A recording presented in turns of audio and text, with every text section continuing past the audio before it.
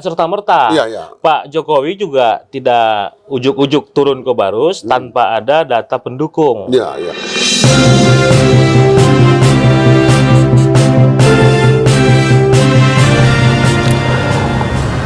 Assalamualaikum warahmatullahi wabarakatuh. Waalaikumsalam warahmatullahi Horas. wabarakatuh.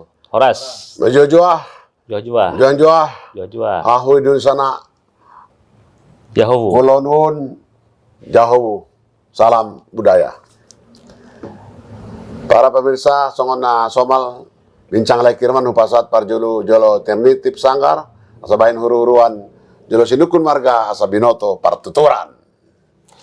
Jadi, sore hari ini, saya punya tamu istimewa, yaitu Bapak Harmaini Sitorus. Beliau ini belajar S1, S2, sampai S3 di IAIN, Sumatera Utara. Jadi, beliau ini sarjana jurusan religius pasti. Alih halak Batak, Don. Jala Pak Harmaini banyak mengikuti perkembangan dinamika orang Batak, baik di pantai timur maupun di pantai barat. Selamat sore. Selamat Lai sore. Harmaini. Selamat sore, Bang Kirman. Sehat ya? Sehat, alhamdulillah. Masih bisa bahasa Batak? Boy, sotik. Ini persiatar do, dah. Persiatar do. Jadi sore hari ini kami dengan Bincang Lekirman ingin bincang-bincang dengan Pak Harmaini. Ya. Tentu mengenai habatahun ya, habatahun. Terutama kita selama ini bicara di Kota Medan, tapi kita ini akan terbang sedikit ke kota yang sudah termasuk tua, yaitu Barus. Ya. Yang ada di sekarang Tapanuli Tengah. Ya. Ya. Barus, Kapur Barus. Jadi bolo halak Batak, nanangisnya nama Marsiajar Tarombo, ikut diboto do Raja Batak ini anaknya ada dua.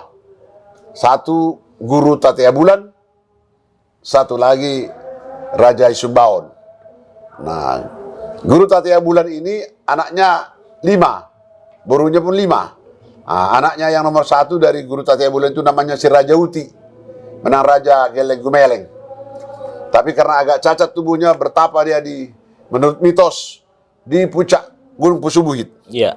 Nah, kemudian dia dari sanalah dia mempunyai kesaktian dan bisa menjelma berbagai macam rupa. Dan Raja Uti ini kemudian salah satu tempat hidupnya di masanya adalah di Lobutua. Ya. Ini di Barus. Nah, itu satu mitologi halak Batak. Jadi molo di bagi hamudo Raja Uti ini anak nomor 1 Tatia Bulan, baru 1000 raja, baru Limbung Mulana, baru Sagala Raja, Silau Raja. Anak di Guru Tatia Bulan. Jadi Raja Uti di Barus, Don. Artinya di dalam Tarombo Batak tidak bisa dipisahkan dengan Barus. Iya. Nah, baru yang kedua, di zaman agama-agama langit menerjemahkan Injil ke dalam bahasa Batak. Itu menurut buku Hita Batak yang ditulis oleh Amang Robin Manulang. Itu buku diterjemahkan oleh seorang Belanda namanya Van der Tuk. Di Hita Batak kami itu Padortuk. Van der Tuk. Van der Tuk ini setelah dia belajar bahasa Batak dari Belanda sana, dia masuk ke Toba, ke Tapanuli ini melalui Barus. Dan Lobutua ini salah satu tempat yang dia lama. Ya. Nah, jadi sudah 2. Ya, fakta-fakta tadi Raja Uti, kemudian Pandortuk. Dan Patuluhon setelah ya zaman perdagangan, menurut cerita-cerita yang ada juga bukunya Barus Kota Kamper atau Negeri Kamper. Ini 2000 tahun atau 1250 tahun sebelum Masehi sudah masuk nih pedagang-pedagang dari Mesir, Gujarat dan lain-lain ke Barus untuk berdagang benzoin atau haminjon, dohot Kapur Barus. Ngatulu fakta. Popaton dung pe zaman reformasi ini dengan segala macam rupa bahwa sudah diputuskan masuknya Islam ya ke Indonesia itu titik nolnya itu di Barus. Iya. Nah, tahun 2017 kalau nggak salah Presiden sudah ke sana. Nanti Pak Harmaini mengatakan. Pertanyaan saya sekarang, boasa kota baru songon nasotar beriton sebagai kota sejarah, sebagai kota wisatawan dan lain-lain. Terlalu sepi saya lihat. Sudah begitu banyak sejarah. Kenapa bisa seperti itu? Ini yang kita minta pendapat dari Bapak Harmaini, ya, selaku pembelajar dari mulai S1 sampai S3. Boasa do baru songon na gabi dan terida gerakan na. Seharusnya wisatawan sejarah bukan ke Bali pergi, tapi ke Barus. Barangkali itu yang menjadi pertanyaan. Silakan Abang Harmaini. Ya. Terus. Terima kasih Bang Kirman. Pertama, Barus dalam pemahaman kita hari ini sangat berbeda dengan Barus yang dimaksud sesuai dengan perjalanan sejarah tadi. Hari ini Barus hanyalah bagian dari sebuah kecamatan yang ada di daerah Tapanuli Tengah. Namun pada awalnya dalam sejarah perkembangan geografi di negara kita, Barus itu kerajaan besar. Yang sampai wilayahnya itu mulai dari Pasai, Aceh. Di Aceh ya, Perla itu. Perla Aceh, Barus, Singkil, Subulu Salam, termasuk kalau ke wilayah daratan, termasuk ke wilayah Humbahas. Yang hari ini itu bagian dari kerajaan Barus Raya. Nah, jadi itu dulu. Kalau itu kita sepakat bahwa Barus hari ini berbeda dengan Barus yang kita maksudkan dulu, maka kita akan lebih mudah untuk secara teritorial ya. Secara teritorial. Nah, kalau dari 4 poin yang diutarakan tadi, saya coba mungkin fokus ke yang keempat. Kenapa tiba-tiba 2017 menguak ke permukaan sampai Presiden kita, Pak Joko Widodo, itu turun ke Barus dan meresmikan titik nol Islam Nusantara di Barus. Iya. Nah, kalau itu kita lebih mudah untuk menyibaknya. Karena begini. Kan itu melalui penelitian sejarah itu kan? Tidak serta-merta. Iya. Pak Jokowi juga tidak ujuk-ujuk turun ke Barus tanpa ada data pendukung. Iya. Nah, pertama, kalau kita turun ke Barus hari ini, di sana kita bisa menemukan fakta-fakta sejarah, khususnya pemakaman. Ada banyak pemakaman ya. Namun yang populer itu pertama pemakaman makom Papan Tinggi namanya. Ini adalah makomnya Syekh Mahmud bin Abdullah bin Muaz bin Jabal. Sedari kecil dulu saya agak sedikit well educated. Kalau Muaz bin Jabal itu sahabat Rasul. Kalau begitu, siapa ini Syekh Mahmud? Otomatis cucunya. Ya. Namun, dalam perjalanan sejarah, kalau kita lihat tahun wafatnya, tahun 600-an Masehi, pada masa Rasulullah hidup. Masih ada zaman Nabi ya? Zaman Nabi. Artinya beliau ini kecilnya hidup di masa Rasulullah, di masa Nabi, kemudian beberapa tahun setelah Rasul wafat, beliau terlibat dalam proses perjalanan dagang misalnya, yang kemudian beliau dimakamkan di makam Papan Tinggi. Ya, dan wafatnya 600-an Masehi. Di Aikdaka itu ya? Bukan. Lain lagi. Itu Maliga. Yang di Aikdaka itu adalah makam atau pekuburan dari para aulia. Disebut dia para aulia karena jumlahnya banyak. ratusan makom yang ada di situ, itu yang di Mahligai, makom Mahligai di Aikdaka. Nah, dari sisi tahun wafatnya mereka 600-an gitu kan, maka sebenarnya ini kalau kita lirik kembali ke sejarah masuknya Islam ke Indonesia, ya, ini kan abad ke-7, Bang. Ya, 600 sekian ya, abad ke-7. Sedangkan di Indonesia, umumnya kita dari kecil itu diberi tahu informasi bahwa Islam masuk itu ada 2 versi. Versi abad ke-7 dan versi abad ke-13. Oh. Namun yang populer di tengah-tengah masyarakat di Indonesia itu yang abad 13 ditandai dengan gerakannya 9 wali atau wali songo. Wali songo di Jawa khususnya di Jawa ya. Nah, kalau kita kembali kepada sentra peradaban bangsa kita adalah Pulau Jawa, maka informasi yang dikembangkan melalui berbagai media dulu itu yang terngiang-ngiang kepada kita bahwa Islam di Indonesia dikembangkan oleh 9 wali. Tidak masuk sekte yang masuk dari baru sini. Ya, kalau bahasanya tenggelam. Padahal sudah dari tahun 600-an atau sudah 700, ada makom sampai ke 1300. Iya, jadi itu berapa tahun? 4 tambah 3, 7. 100 tahun. 700 tahun kemudian. 700 tahun ya. Iya. Kalau begitu kok bisa hilang ini sejarah yang begitu panjang? Kalau menurut hemat saya, sejarah hilang karena memang tidak diulas. Tidak diulas. Iya.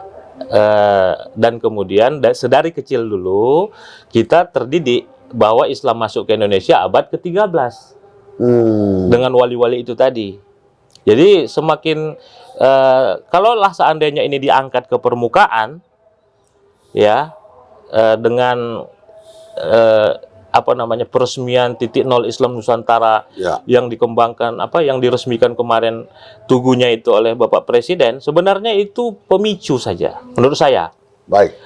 Kenapa lama terpacunya? Ya juga memang karena tidak diangkat ke permukaan oleh para pihak. Tapi kalau para arkeolog nasional bahkan internasional turun ke sana melihat fakta-fakta sejarah itu, dan sekarang masih ada situsnya. Jadi 1300 di Padang Lawas di Portibi ada Candi Bahal itu tahun 1100.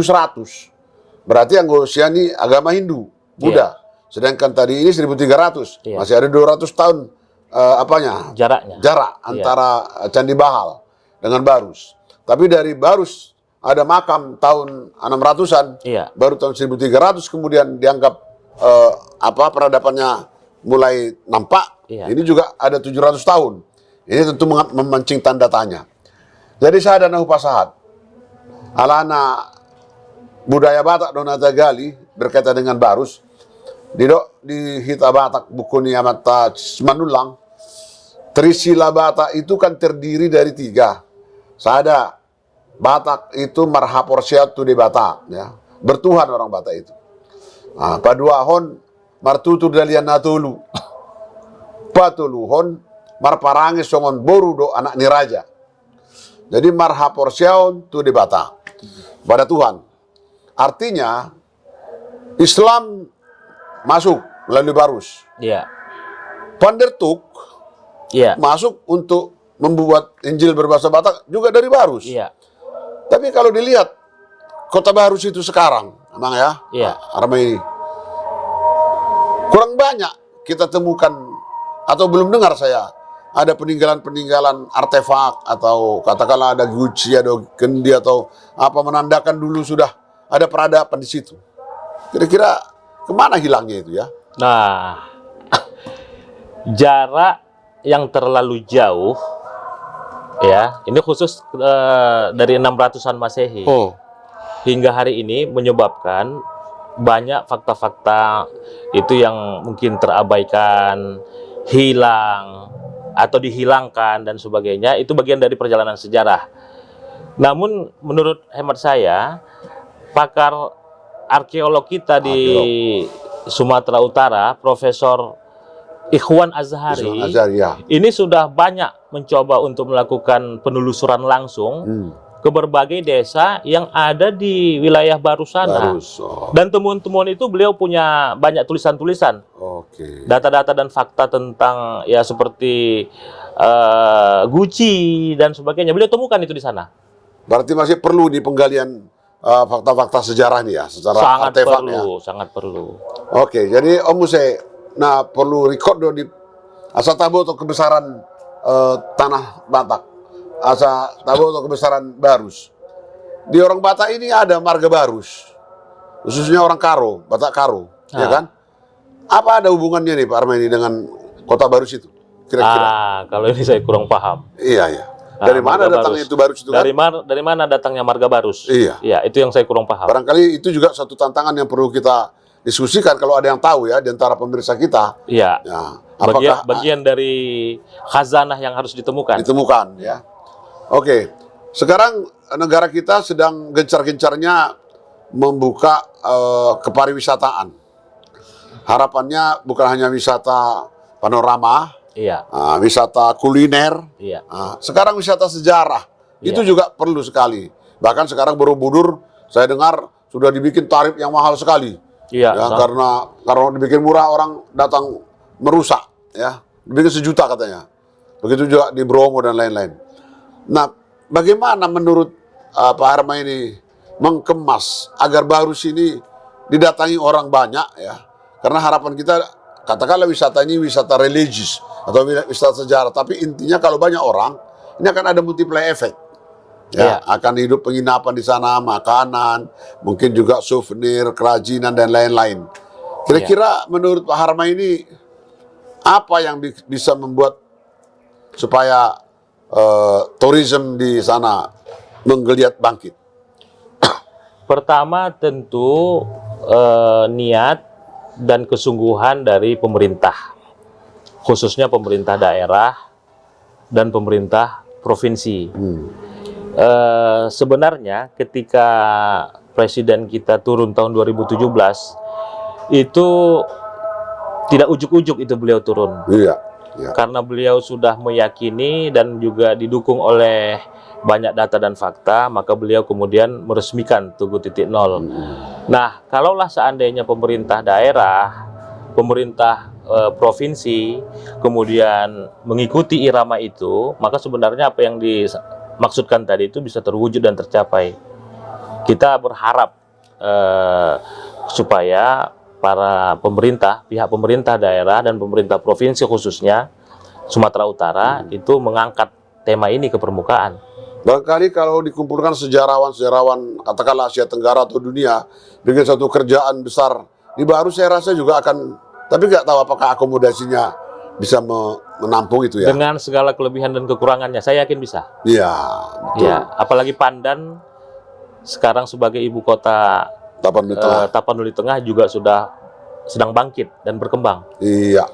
Nah, jadi sebetulnya dari segi transportasi sudah ada pesawat Garuda pun sudah bisa mendarat di Sibolga kan. Bisa. Kemudian jalan ke Barus relatif sudah bagus. Sudah bagus. Bahkan dari Tapak Tuan atau dari Sebul Salam juga sudah tembus. Dari berbagai lini bagus. Dan ya, bahkan dari Humbahas itu sekarang sudah terbuka akses ke Barus melalui pakat. Iya. Jadi Tuhamu kapino parni halak Batak Barus onetong Batak don alana domu don tuaha tu Humbahas. Mungkin nggak kira 1 jam sudah bisa dari situ dari Barus melalui Aik Husor Nakot terus tu Pakat. Nah, jadi Humbahason perlu mengundang sebanyak mungkin wisatawan. Nah, tapi Barus menurut Amang Harma ini dulu saya ada tu Provinsi Aceh. Ya. Nah, jadi beda dengan yang kita maksud sekarang. Dia seperti belakang rumahnya Sumatera Utara. Iya. Ya. Padahal dulu dia bagian depannya Aceh. Aceh. Ya. Ini memang terbalik. Tapi optimis Ahmad Harma ini untuk menjadikan menghidupkan dan menggerakkan serta menggali potensi. Kalau menurut Pak Harma ini terakhir ini apa budaya di Barus itu yang menonjol? Apakah keseniannya dan kemudian kearifan lokal yang lain? Ada yang menarik? Kalau yang menonjol tidak begitu tampak. Namun menurut hemat saya suku bangsa yang berkembang dari sana itu punya semangat dan cita-cita yang kuat masyarakatnya. Oh. Ya, teman-teman yang dari sana yang saya perhatikan yang berasal dari Barus dan khususnya Tapanuli Tengah itu punya jiwa dan semangat juang yang sangat baik, ya. sangat optimis untuk dalam menghadapi kehidupannya. Iya.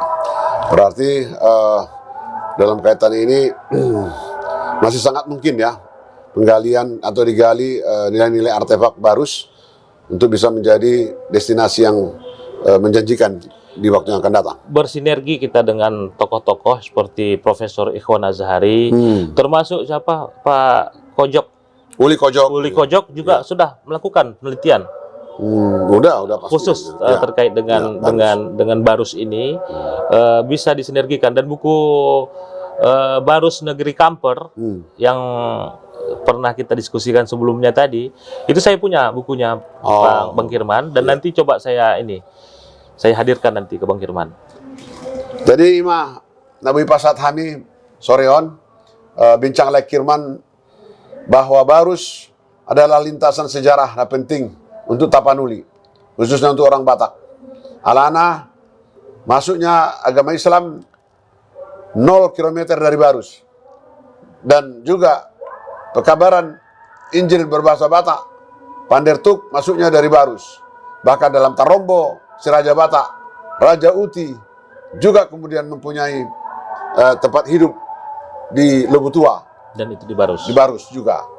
Ya, jadi ini saya kira menjadi tugas ya, bagi kita generasi muda Pino Pernihala Batak. Ikon tak ungkap don asaboha asalam rojol mameneliti.